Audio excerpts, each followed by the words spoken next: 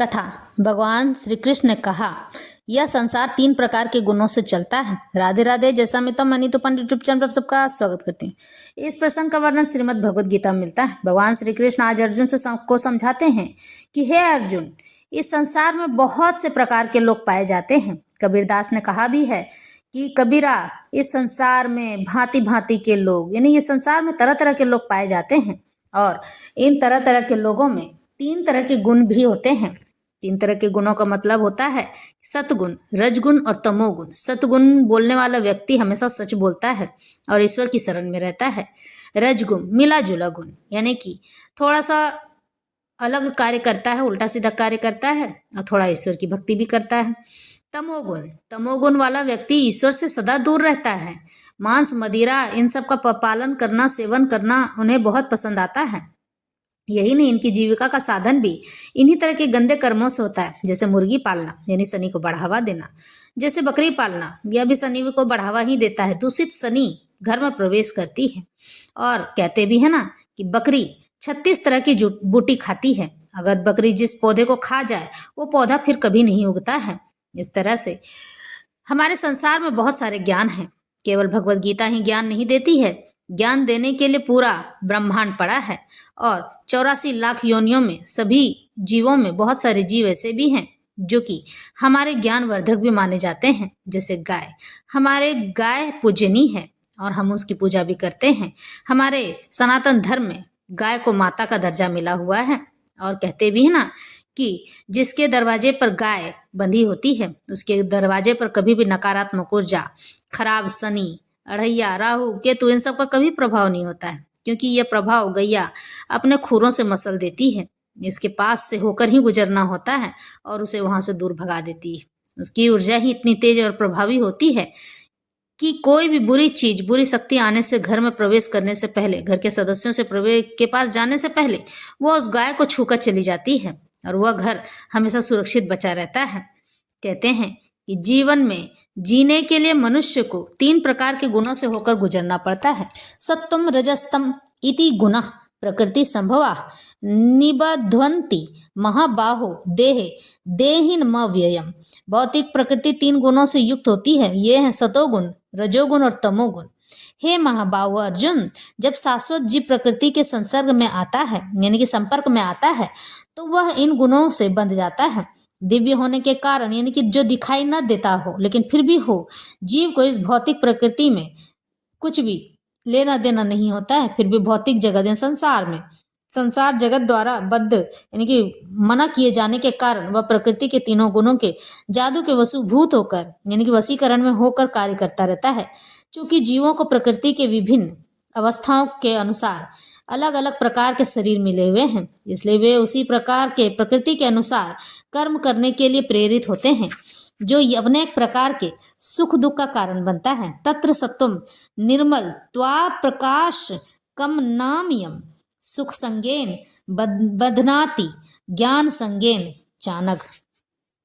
हे निष्पाप, तमोगुण, सतोगुण अन्य गुणों की अपेक्षा अधिक शुद्ध होने के कारण प्रकाश प्रदान करने वाला माना गया है और मनुष्य को सारे पाप कर्मों से मुक्त करने वाला माना गया है। मैंने पहले ही कहा था, सतगुण वाला व्यक्ति हमेशा सच बोलता है।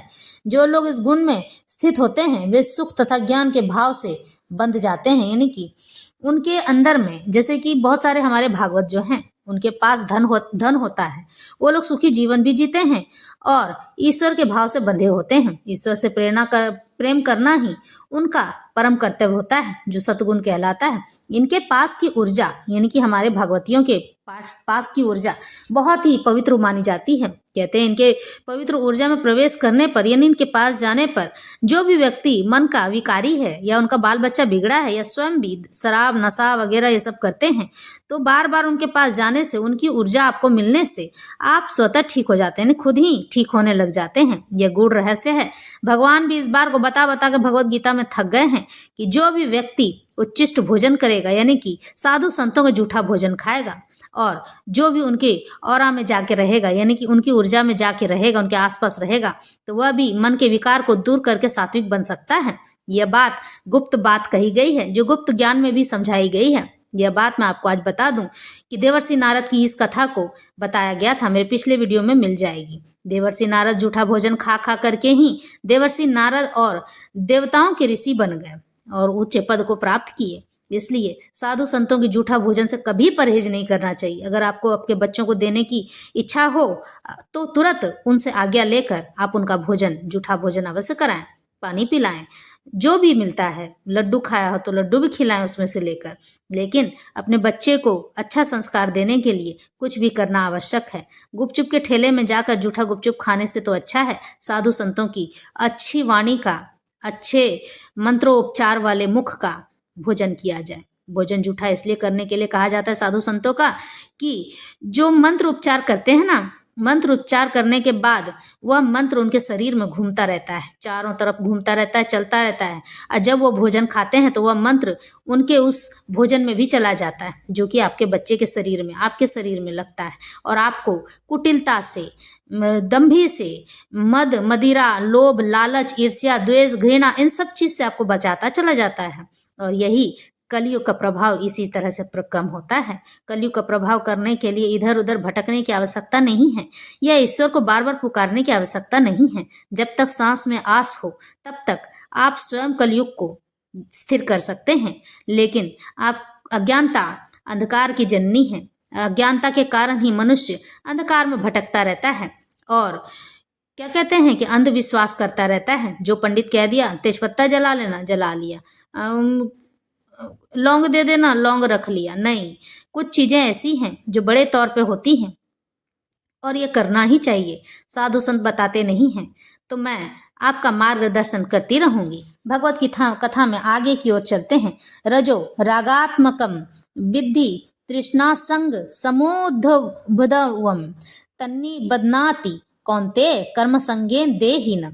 हे कुंती पुत्र, रजोगुण की उत्पत्ति असीम आकांक्षाओं, यानी कि जिसकी बहुत इच्छा होती है, जो कि इच्छा कभी समाप्त नहीं होती है, तथा तृष्णाओं से होती है। और इसी के कारण से यह देहधारी जीव सकाम कर्मों से बंध जाता है। सकाम यानी कि रोज के काम करने वाले कर्मों से। यह व्यक्ति जो होता है ना, इच्छा की पूर्ति के लिए कुछ भी कर सकता है। चूंकि यह बात भगवत गीता भी कहती है और दूसरे धर्मशास्त्र भी कहते हैं, इच्छाओं की कभी पूर्ति नहीं होती है। कि आप एक इच्छा की पूर्ति करेंगे, मानो आपने एक टीवी ला लिया तो आपके मन में होगा कि अरे थोड़ा बड़ा ले आते, तो बड़ा टीवी आ गया। फिर मन में आया कि फ्रिज नहीं है, फ्रिज ले लेते हैं। फिर मन में आया कि वस्त्र नहीं है, ले लेते हैं। इस तरह से मनुष्य एक इच्छा पूर्ति होती नहीं है कि दूसरे पर आ धमकता है, दूसरा खत्म होता नहीं है कि तीसरे पर आ धमकता है। इसी तरह से करते करते वह इच्छाओं की जीवन भर पूर्ति करता रहता है। और सकाम यानी कि हर रोज करने वाला काम, रोज जाके ऑफिस जाना, काम करना, रहना, खाना, इस तरह के बातों में बंध जाता है और वह उस काम को करने के लिए तत्पर हो जाता है। भोग विलास इसके लिए कोई बड़ी बात नहीं होती है। रोज होटल में जाके खाना खाना, घर में न बनाना, दिन रात नियम से न रहना, बल्कि कभी इस तरह कभी उस तरह से कार्य करना, उल्टे सीधे कार्य करना। तो इस तरह से जीवन उनका चलता रहता है, जो रजोगुण यानी दूसरा गुण कहलाता है। तीसरा, तम स्व ज्ञान जम विद्धि मोहनम सर्वदेहिनाम प्रमादालस्य निद्रा भिस्त त्रिबधनाति। भारत, हे भरत पुत्र, तुम जान लो कि अज्ञान से उत्पन्न तमोगुण यानी कि जो सबसे अंत का गुण है, समस्त देहधारी जीवों का, यानी कि जो मनुष्य हैं, जिनका शरीर है या कोई भी जीव है, वैसे जीवों का मोह है। इस गुण के प्रतिफल पागलपन यानी प्रमाद, आलस तथा नींद है, जो बद्ध जीव को बांधते हैं। जिसमें भगवान समझा रहे हैं। मैं ये भगवत गीता के बातों को आपको पढ़कर नहीं सुनाऊंगी, क्योंकि ये मेरे शब्द हैं और मैं आपको संक्षेप में अच्छे से इस बात को समझाऊंगी कि तमोगुण का मतलब है कि जो लोगों को उस शरीर से मोह हो जाता है, लेट से सोकर, देर से सोकर उठते हैं, अति देर से, कोई 11 बजे उठते, कोई 12 बजे उठता है, ना पूजा का ठिकाना है, ना पाठ का ठिकाना है, शौच गए हैं तो हाथ पांव नहीं धोना है, गंदे से रहना है, इसे तमोगुण कहा जाता है। मांस मदिरा खाना है, हर रोज खाना है, इससे बचना नहीं है, ईश्वर की भक्ति से दूर भागना है, कोई अच्छा वचन कह दे तो उसे गाली देना है, शराब पीते रहना है, माता पिता को घर से बाहर निकाल देना है, माता पिता की बेइज्जती करनी है, परिवार वालों को तंग करना है, उन्हें हमेशा क्रोध से बात करना है, गंदी गंदी गालियां देनी है, यही सब तमोगुण कहलाता है। तो आज आपको पता चला ना कि 3 प्रकार के जो गुण होते हैं, सतगुण जो सत्य सिखाता है, रजगुण जो मिला जुला होता है यानी सच भी बोलता है और समाज के भोगों का उपभोग भी करता है, तमोगुण जो केवल उपभोग करता